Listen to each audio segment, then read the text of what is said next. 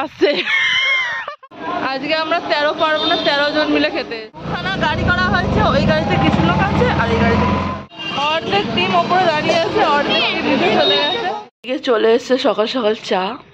এইগুলো হচ্ছে আমাদের হোটেলের কিচেনের চা।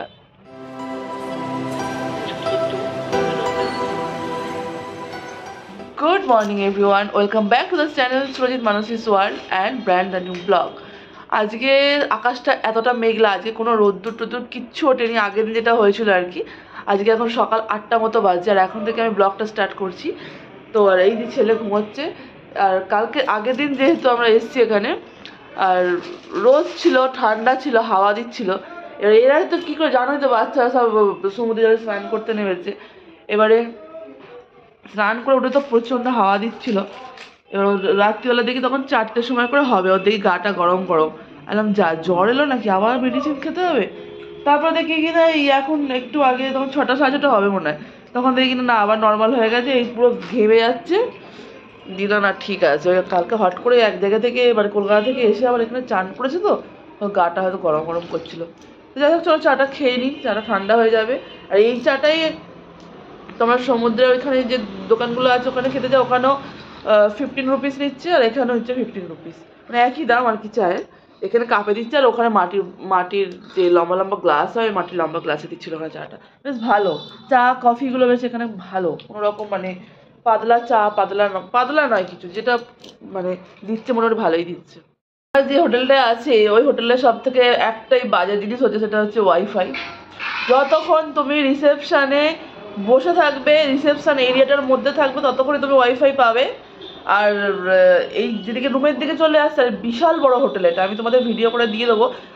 হোটেলের মানে প্রত্যেকটা জিনিসের তো দিতে পারবো না, যেটুকু দেবার মানে দরকার তো আমি সেটুকু তোমাদেরকে দিয়ে দেবো। তোমরা দিকে আসতে চাও এই নাম্বারেও কল করে আসতে পারো, আর আমাদের কার্ডের ছবিও দিয়ে দেবো, সবই দিয়ে দেবো। তো মানে এই রুমের দিকে যে রাস্তাগুলো গেছে পুরো মানে এতটুকু ওয়াইফাই নেই। আমরা যতবারই কোনো না কোনো হোটেলে গেছি, ওয়াইফাই নয় এরকম দরজার পেছন দিকে সেট করা থাকে, নয়তো ওয়াইফাই তোমাদের মেনু কার্ডের পেছন দিকে লেখা থাকে। এখানে কিছু না, এখানে রিসেপশনে যাও, তোমার মোবাইলটা নিয়ে নেবে, নিয়ে তোমাকে ওই ওয়াইফাই পাসওয়ার্ডটা লিখছে, মানে বলছেও না ওয়াইফাই পাসওয়ার্ডটা কত, হ্যাঁ বলছে যখন কি করা যাবে। এই একটা বাজে জিনিস, আজ পর্যন্ত লাইফে কোনো এরকম হয়নি যে ওয়াইফাইয়ের পাসওয়ার্ড মানে ওরাই চেয়ে লিখে দিয়ে দেয়, বলে হ্যাঁ আপনারা নিয়ে নিন। এই তো শুধু রিসেপশনে ওয়াইফাই আছে, ভেতর দিকে কোথাও ওয়াইফাই নেই। ওই যে আমি রিসেপশনে বসে ফোন ঘাটবো না, যে ঘর ছেড়ে কি আমি রিসেপশনে বসে ফোন ঘাটবো, আমি একটু রিল্যাক্সেবল শুয়ে ফোন ঘাটবো না? রিসেপশনে বসে ফোন ঘাটা যায়, 10টা লোক আসছে যাচ্ছে বসছে ওখানে। আর এখানে ঘুমাচ্ছে বাবার ছেলে, ঠিক আছে, এটা বাবার ছেলে, একটু পরে উঠলে পরে বলবে বাবা জলে চলো। সারাদিন যতক্ষণ বাবা থাকবে ঘরের মধ্যে, বাবা করতে করতে দিন কেটে যাবে পুরো। সকাল সকাল স্নান কমপ্লিট হয়ে গেছে, মোটামুটি এখন ঘড়িতে বাজতে যাচ্ছে, এই যে ঘড়িতে বাজতে যাচ্ছে এখন 9:30 মতো। তো এখন স্নান কমপ্লিট হয়ে গেছে, এই যে ছেলে এখন ওঠেনি, ও ঘুমোচ্ছে।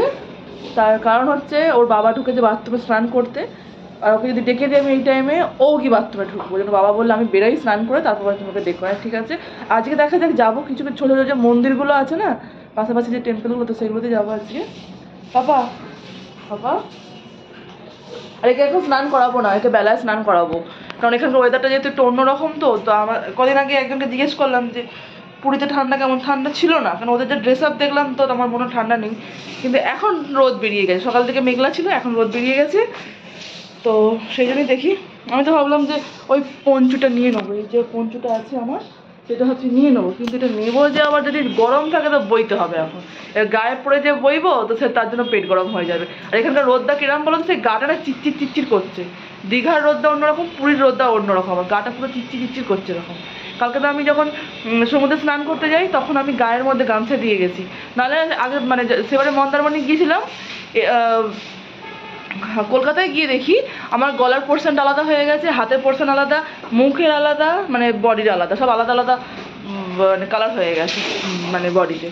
তো যাই হোক, ও স্নান করে বেরা একদম রেডি হয়, বাইরে দেখা হচ্ছে। সকাল রেডি হয়ে গেছি, ড্রেস পরে এবার যাচ্ছি বাইরে টিফিন করতে। এখানটা এত রোদ্দুর আর আলোর দরকার পড়বে না, দেখো উপরে আলো জ্বলছে একটা। চুলটা আজকেও পারলাম না, চলে এলাম। যাই হোক হোটেলে বসে গেছি খেতে, লুচি আর হচ্ছে আলুর কড়াইয়ের তরকারি। এই খেতে হবে, এদিকে তোরা অর্ধেক টিম ওপরে দাঁড়িয়ে আছে, অর্ধেক টিম নিচে চলে গেছে। তো এখন কোথায় যাবো? গৌরবিহার বৃন্দাবন যাবো। দুখানে টোটো লাগবে, কারণ অনেক মেম্বার তো, 13 জন আছে। রাস্তায় গাড়ি দেখো একবার খালি, করে গাড়ি, আর সেরকম সমুদ্রে উত্তাল দেখো।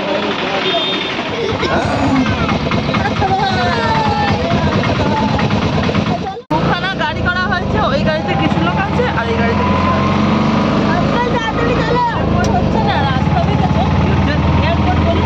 বাবা যেন গাড়ি চালাচ্ছে। তাড়াতাড়ি চলো, তাড়াতাড়ি চলো। চলে এলাম ওমকারেশ্বর মন্দিরে। এটা এই যে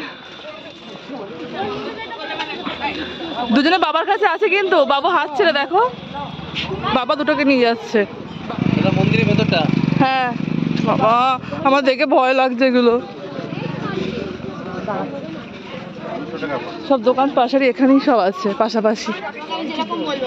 কত বড় শিব ঠাকুর এখানে। আচ্ছা, ঢুকতেই ওমকারেশ্বর মন্দিরটা ফেলে এসে ভেতরে আছে নদী একটা।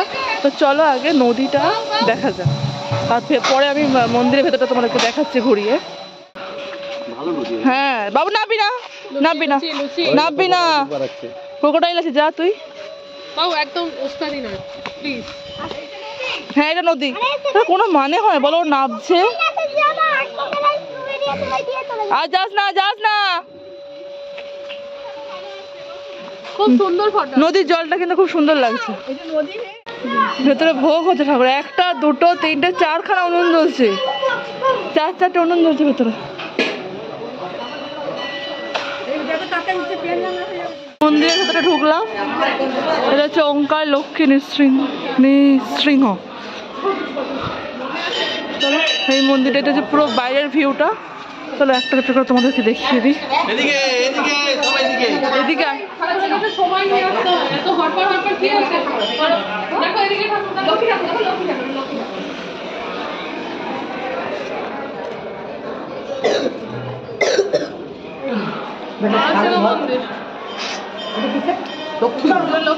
এখানে আছে মহালক্ষ্মী।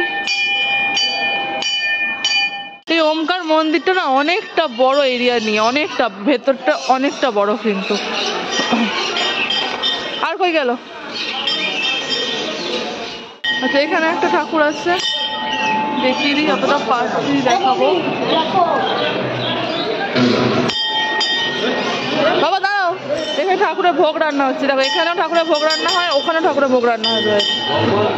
হ্যাঁ নন্দী মহারাজ। এদিকে নাম আসো। না না, কেউ মানবে না। ভেতরে সব মালা ফালাগুলো কেনা যাচ্ছে, মালা ফুল এই যে সবই আছে, প্রদীপ সবাই সার আছে।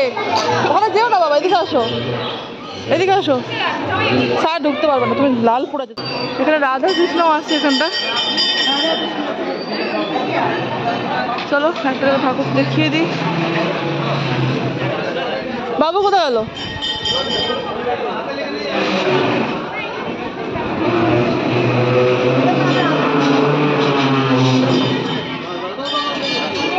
আস্তে আস্তে করো, আস্তে আস্তে। কি হলো, ঘুরছে না?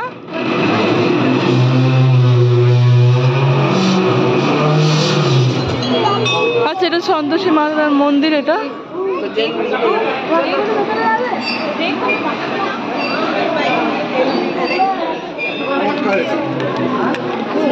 জিভে পা দিয়ে উঠতে হচ্ছে, হাঁ করে আছে, জিভে পা দিয়ে উঠতে হচ্ছে। 108টা মনে ছিল। হাত দিও না বাবা। নমস্কার করো, নমস্কার করেছো? এখানে আছে 108টা শিব। এই লাইনে একটা আছে, পুরোটা লাইন ওই লাইনে মিডিয়ে আছে। আর এখানে আছে নন্দী মহারাজ, পুরো শিব ভর্তি এখানে। গুনতে কোনো তো বাবা, কোনো কটা শিব আছে, কোনো কতগুলো শিব ঠাকুর আছে কোনো। সবার কিন্তু নাম আলাদা আলাদা আছে। দেখো পদ্মলোচন, বুদ্ধেশ্বর, বনেশ্বর, পাতালেশ্বর, সব শিব ঠাকুরের নাম কিন্তু আলাদা আলাদা আছে, সব আলাদা আলাদা এগুলো প্রত্যেকটা। হ্যাঁ সব আলাদা আলাদা। তো ওমকার এই মন্দির থেকে বেরিয়ে পড়লাম। এবার দেখা যাক অন্য কোনো ডেস্টিনেশন। আবার এটা শেষ হয়ে গেল, আবার অন্য কোনো জায়গায়। এবারে অদ্বৈত ব্রহ্ম আশ্রম। ভেতরে তো সিঁড়ি অনেকগুলো। আর দৌড়াচ্ছিস কেন রে? দেখো প্রচুর সিঁড়ি।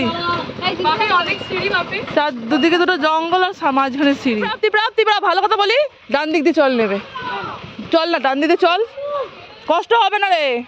দেখ না সিঁড়ি দিয়ে উঠতে কষ্ট বেশি, ডান দিক দিয়ে আয়। ওখানে গিয়ে সিঁড়ি ভাঙবো, ওখানে গিয়ে সিঁড়ি ভাঙবো। এই হচ্ছে আশ্রমের সামনেরটা। বাহ খুব সুন্দর, ছোট্ট মতো বাগান আছে এখানে একটা, সামনেটা প্লেস। আচ্ছা, অদ্বৈত ব্রহ্মকুটির মহাসমাধি মন্দির। ক্যামেরা করতে দিল না, যাই হোক ভেতরে ক্যামেরা করা অ্যালাউ নেই, তাও দেখিয়ে দিচ্ছি একটুখানি। হচ্ছে ভেতরটা, এই বাবারই সব নানান মানে রকমের ফটো এখানে।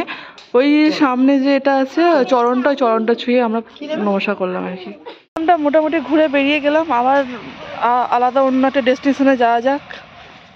গৌরবিহারের গেটটা, এটা তো গৌরবিহারের গেট। গৌরবিহারের গেটটা বেশ ভালোই ভিড় হয়েছে। বাবা সরাও,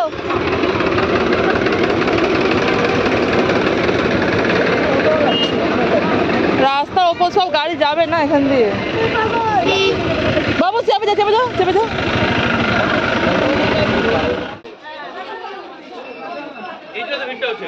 হ্যাঁ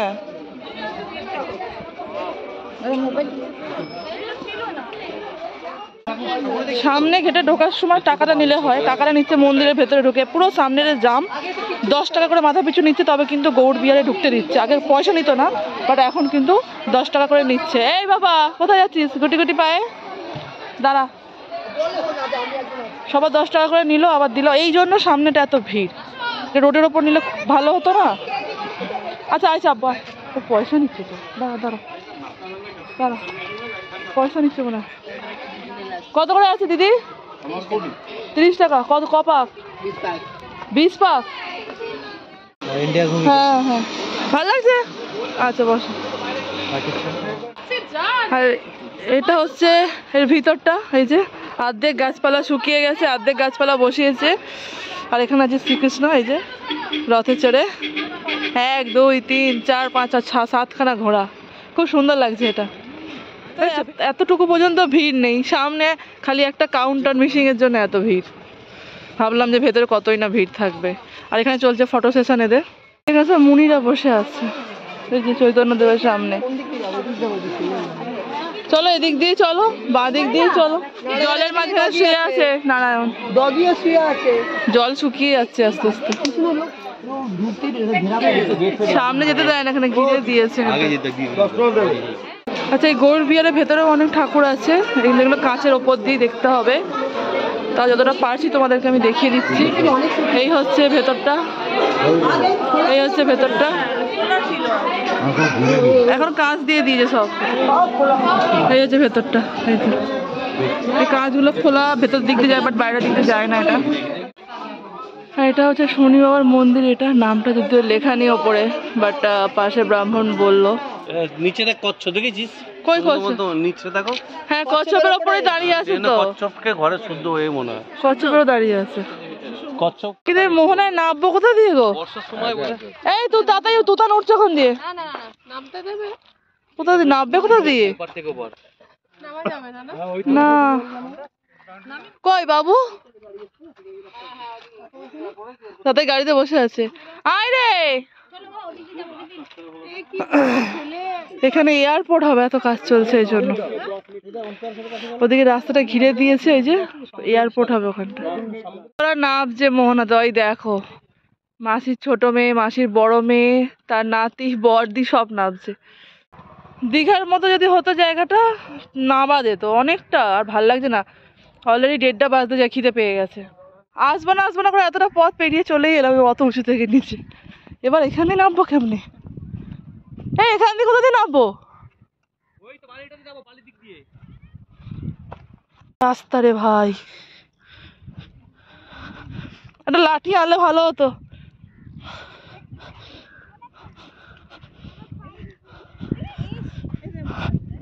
এই মাছ ধর, মাছ ধর। বাবা বড়দা দৌড়ে দৌড়ে চলে এলো ওখান থেকে। কি গন্ধ!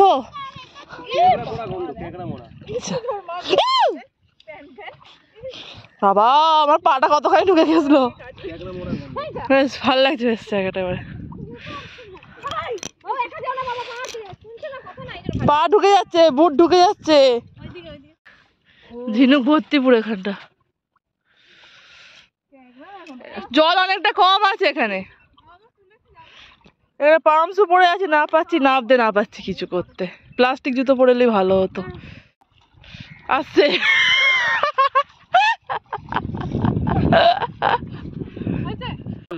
কি হলো? পিপি চান করে না দেখো।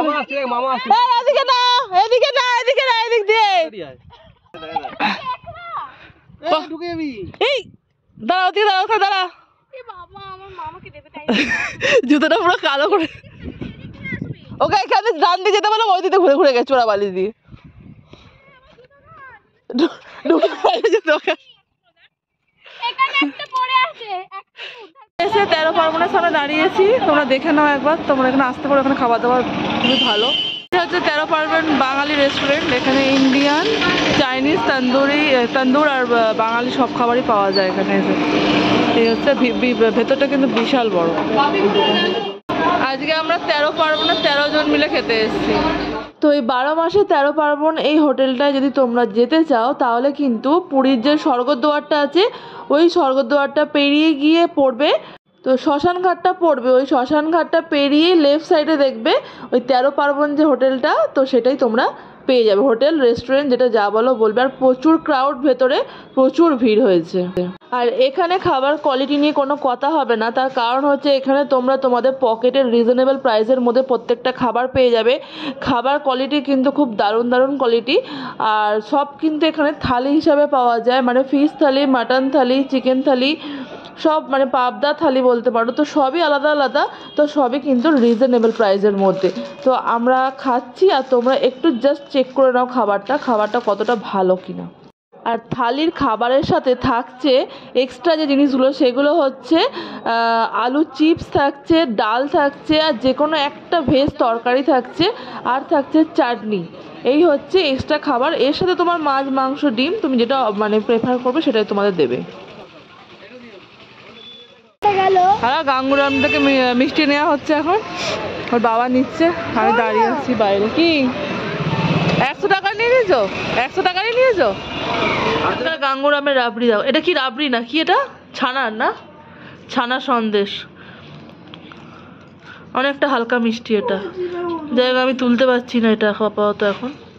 বেশ ভালো খেতে। হ্যালো, কোথায় গেলি? কোথায় গেছিল? কোন মিষ্টি দোকান গো? সে তো কলকাতা। তুই কলকাতায় আছিস এখন?